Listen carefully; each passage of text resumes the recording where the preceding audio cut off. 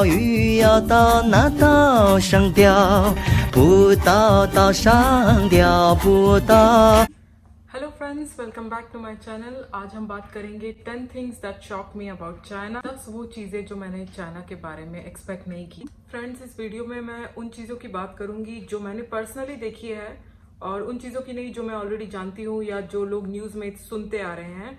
तो ये सिर्फ मेरा एक्सपीरियंस है और जिन चीज़ों ने मुझे पर्सनली शॉक किया। वीडियो शुरू करने से पहले अगर आपने सब्सक्राइब नहीं किया है, अगर आप फर्स्ट टाइम यहाँ आ रहे हैं तो प्लीज सब्सक्राइब कीजिए और बेल आइकन दबाइए नोटिफिकेशंस के लिए। Number 1, height of people. लंबे लंबे लोग।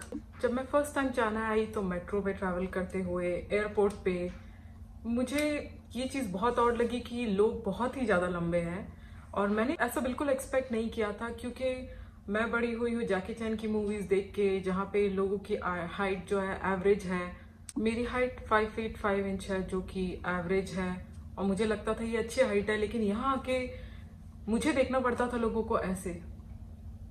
सिर्फ लड़कों की नहीं, लड़कियों की भी हाइट बहुत अच्छी है और ज़्यादातर लड़कियों की हाइट शंघाई एरिया में, जहाँ पे मैं सबसे पहले गई थी, वहाँ पे मुझसे ज़्यादा है।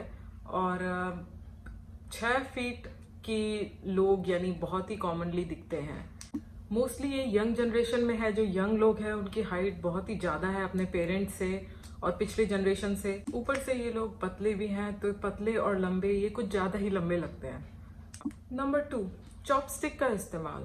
यहाँ पे चॉपस्टिक लोग हर चीज़ के लिए यूज़ करते हैं, खाने के लिए, खाना तलने के लिए, खाना बनाने के लिए, हर चीज़ में चॉपस्टिक यूज़ होती है। तो ये मैं काफ़ी हद तक जानती थी कि लोग कांटे, छुरी और हाथ का यूज नहीं करते हैं ज्यादातर। लेकिन मुझे शौक इस बात से हुआ कि लोग यहाँ पे एक्चुअली यहाँ पे एक ब्रेकफास्ट होता है, जो चाइनीज ब्रेकफास्ट है वो दलिए के जैसा होता है, बहुत ही लिक्विड कंसिस्टेंसी का होता है। तो लोग उसको भी चॉपस्टिक से खाते हैं। ये चीज देख के मुझे बहुत शौक हुआ, क्योंकि चम्मच का यूज क्यों नहीं, चम्मच में क्या बुराई है और आसान है। लेकिन उनको चॉपस्टिक की इतनी आदत हो गई है कि वो चॉपस्टिक से सूप भी पी जाते हैं। शॉक नंबर 3, हम सबको पता है कि इंडियन मूवीज आजकल चाइना में कितना अच्छा कर रही है। यहाँ पे दंगल ने इंडिया से भी ज्यादा कमाया है और बहुत सारी और मूवीज है जिन्होंने बहुत कमाई की है। लेकिन क्या इंडियन मूवीज पहले भी फेमस थी चाइना में? और ये चीज मुझे बिल्कुल पता नहीं थी। मोहब्बतें मूवी का आंखें, उसके लिरिक्स जानते हैं।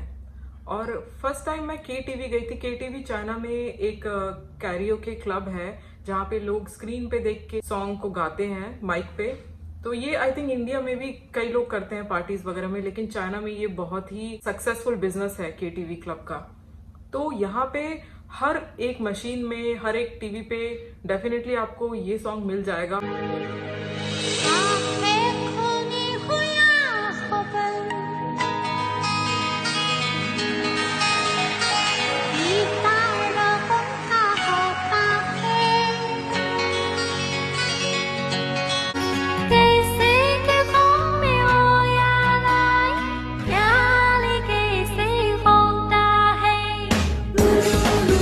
मेरे हस्बैंड को ये सॉन्ग आता था। फर्स्ट टाइम मैं उनके साथ गई थी तो उनके फ्रेंड्स ने ये गाया था, तो मुझे ये देख के शॉक हो गया कि ऐसा सॉन्ग जो कि चाइनीज सॉन्ग से बिल्कुल मेल नहीं खाता, बहुत ही डिफरेंट है। वो सॉन्ग इतना फेमस यहाँ पे, पता नहीं क्यों, लेकिन बहुत ही फेमस है। और अभी तो मैंने कुछ दिन पहले एक वीडियो देखा था कि चाइनीज में ट्रांसलेट हो गया था, ये सॉन्ग चाइनीज लैंग्वेज में गाया था। 八百标兵要奔北坡，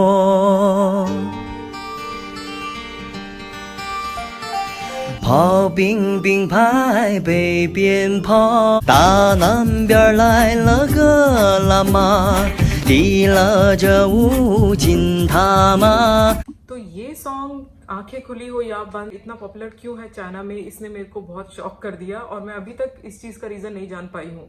नंबर 4, पैसों का एक्सचेंज। चाइना में शायद पैसे सबसे ज्यादा इंपॉर्टेंट चीज है। आप जब भी किसी रिलेटिव के घर जाते हैं आपको वो पैसे देते होंगे। हमारे साथ तो ऐसा ही होता था जब हम छोटे थे और अभी भी होता है। तो वो चीज यहाँ पे भी कॉमन है। ये बात मेरे लिए ऑलरेडी शॉकिंग थी। लेकिन जब मैंने देखा कि लोग कितना पैसा एक दूसरे को देते हैं, जैसे आप अगर अपने दादी के घर गए यहाँ पे तो आपको हो सकता है 10,000 रुपए मिल जाए, तो ये चीज मुझे बहुत शॉक की। न्यू ईयर के टाइम जब यहाँ फैमिलीज इकट्ठी होती है तब रिलेटिव अपने बच्चों को इतना पैसा दे देते हैं कि उनके पास लाखों रुपए इकट्ठे हो जाते हैं। तो ये एक इंटरेस्टिंग चीज है। कुछ टाइम पहले की बात है कि हम अपने फ्रेंड के यहाँ पे जा रहे थे, फर्स्ट टाइम जा रहे थे, मेरे हस्बैंड का कॉलीग है। तो वहां पे हमने गिफ्ट नहीं ले जाना था, हमको एक एनवेलप ले जाना था जिसमें पैसे हैं। तो मैं इस चीज को देख के शॉक हो गई कि हमने वहां पे 10,000 रुपए दिए। मैंने अपने हस्बैंड को पूछा कि क्या ये जरूरी है इतना पैसा देना, तो उन्होंने कहा इससे कम देंगे तो वी विल लूज फेस, बेइज्जती हो जाएगी। तो यहाँ पे ये चीज बहुत ज्यादा है। अगर आप यहाँ पे कभी आएंगे तो ध्यान रखिए कि आप किसी के भी घर फर्स्ट टाइम जाने से पहले या किसी भी इंपॉर्टेंट इवेंट पे जाने से पहले, जैसे बर्थडे हो गया, एनिवर्सरी हो गई या कोई भी पार्टी हो गई, शादी हो गई, तो जरूर कम से कम 5 से 10,000 रुपए तो लेके ही चलिए उनको गिफ्ट देने के लिए। लेकिन उसमें टेंशन की बात नहीं है क्योंकि ये पैसा हमेशा वापस आ जाता है। जब वो आपके घर पे आएंगे तो वो भी शायद आपको सेम अमाउंट देंगे, तो किसी का भी नुकसान नहीं होता। नंबर 5 है यहाँ के कपड़े। तो मैं इंडिया में पली बड़ी हूँ, मैंने देखा है हमेशा लड़कियों के तो स्पेशली कपड़े बहुत कलरफुल होते हैं। मैंने बाहर की दुनिया देखी नहीं थी तो मैंने कुछ एक्सपेक्ट नहीं किया था कि चाइना में क्या होगा, लेकिन इस चीज को लेके मैं थोड़ी शॉक हो गई यहाँ आने के बाद कि लोग जो कपड़े हैं वो इतने कलरफुल नहीं पहनते जैसे हम पहनते हैं। इसमें कुछ अच्छा या बुरा नहीं है, लेकिन ये यहाँ के लोगों की पसंद है। यहाँ पे ज्यादातर कपड़ों के कलर्स चलते हैं ब्लैक, आपके वाइट और ब्लू में भी, लेकिन यही 3 ज्यादा कलर्स दिखते हैं जो कि एक्चुअली कलर्स हैं भी नहीं। ब्लैक तो कलर नहीं बोल सकते, लेकिन लोगों को यही पहनने का शौक है। शायद वो इस पे अच्छे दिखते हैं या फिर वो बहुत ही सिंपल रहना चाहते हैं। तो ये चीज मुझे थोड़ी शॉक की है। नंबर 6 है रेस्टोरेंट्स में पानी का ना मिलना। किसी भी जगह पे आपको रेस्टोरेंट में पानी तो मिलता ही है, आप पानी मंगवा सकते हैं, नॉर्मल जो पानी होता है खाने के साथ पीते हैं जो।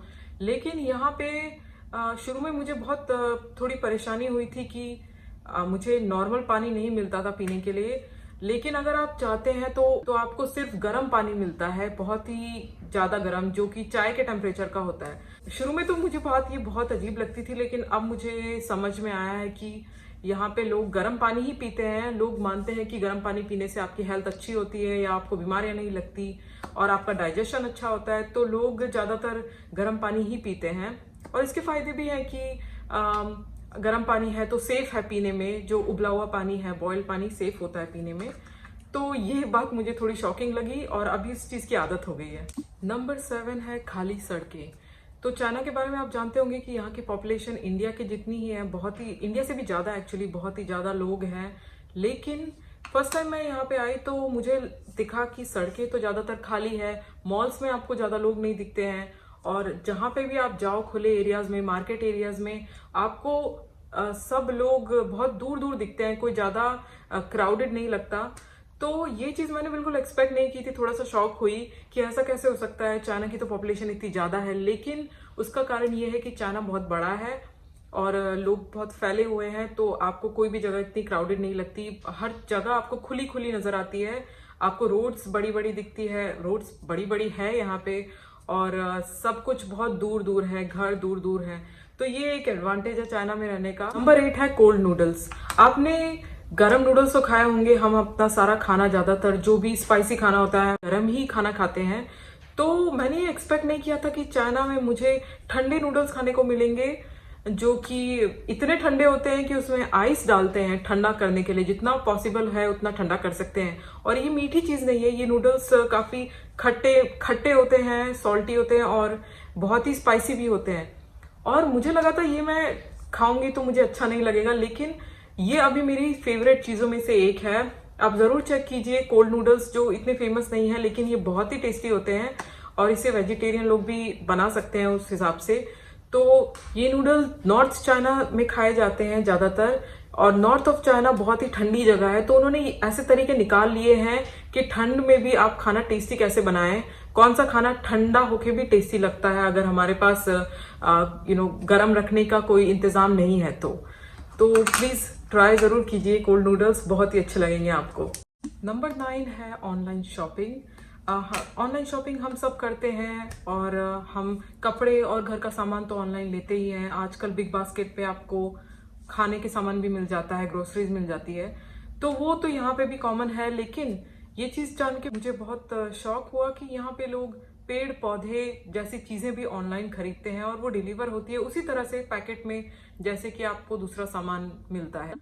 Last but not the least, number 10 है यहाँ के ओल्ड पीपल, जो कि बहुत ही एक्टिव है। ये चीज मुझे बहुत शॉक की कि यहाँ पे बुढ़े लोग जो हैं, जो बुजुर्ग लोग हैं, वो घर पे नहीं बैठते और वो आराम नहीं करते। पता नहीं क्यों, ये अच्छी बात है कि बुरी बात है, लेकिन यहाँ पे आपको वो भागते दौड़ते मिल जाएंगे। 80-90 साल के लोग शॉपिंग करते हुए मिल जाएंगे। और यहाँ पे एक चीज बहुत ही कॉमन है जो कि आपको हर सिटी में दिख जाएगी, हर गांव में दिख जाएगी, कि बहुत सारी बुजुर्ग औरतें जो हैं वो साथ में मिलके डांस करती है, स्लो डांस करती है।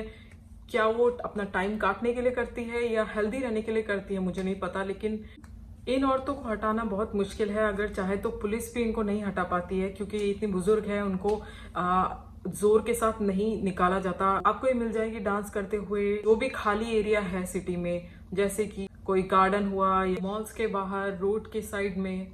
यहाँ पे ये चीज बहुत कॉमन है और शॉकिंग है। तो फ्रेंड्स, ये थी मेरी लिस्ट, ये मेरी पर्सनल लिस्ट है और जहां तक हो सकता है मैंने सारी बातें कवर करने की कोशिश की है। अगर आपको ये वीडियो अच्छा लगा तो प्लीज सब्सक्राइब कीजिए और बेल आइकन दबाइए नोटिफिकेशंस के लिए। मैं आपसे मिलती हूँ कुछ दिनों बाद अगले वीडियो के साथ। बाय।